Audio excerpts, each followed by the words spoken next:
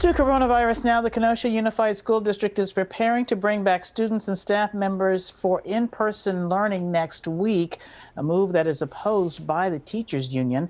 As Taylor Lumpkin reports, the union points to a recent death of a teacher's spouse as to why classes should remain virtual. Jeanne Hoffman, a staff member at the Kenosha Unified School District, believes she contracted COVID-19 while teaching in person at school and ultimately passed it on to her husband, who died from the virus on Sunday. She's incredibly heartbroken, as anyone could imagine. Tanya Kitz-Lewinsky is president of the Kenosha Education Association and a close friend of Jeanne Hoffman. Tanya spoke on her friend's behalf, who is too distraught over her husband's recent death due to COVID-19. She wants to make sure this never happens to anyone else in our district.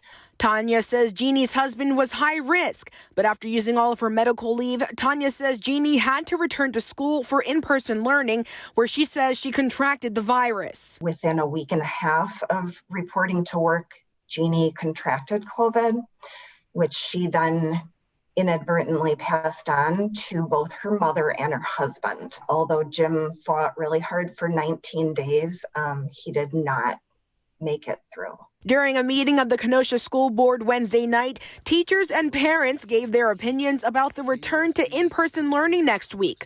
Among them was the executive director of the Kenosha Education Association, who shared a statement from Jeanne Hoffman. Returning in person before it is safe to do so will lead to occurrences of more of the same tragedy that has needlessly struck my family.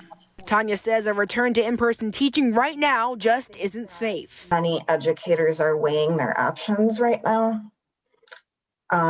I'm hearing from people who are pretty desperate and who have reached out to the district to ask what choices they have and are being told that they can take unpaid leave.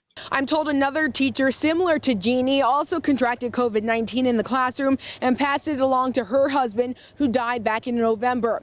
A district spokesperson released a statement that read in part, quote, "The district has always required anyone with COVID symptoms or a positive COVID test result to remain at home, and we intend to continue with this practice going forward." Taylor Lumpkin, TMJ4 News.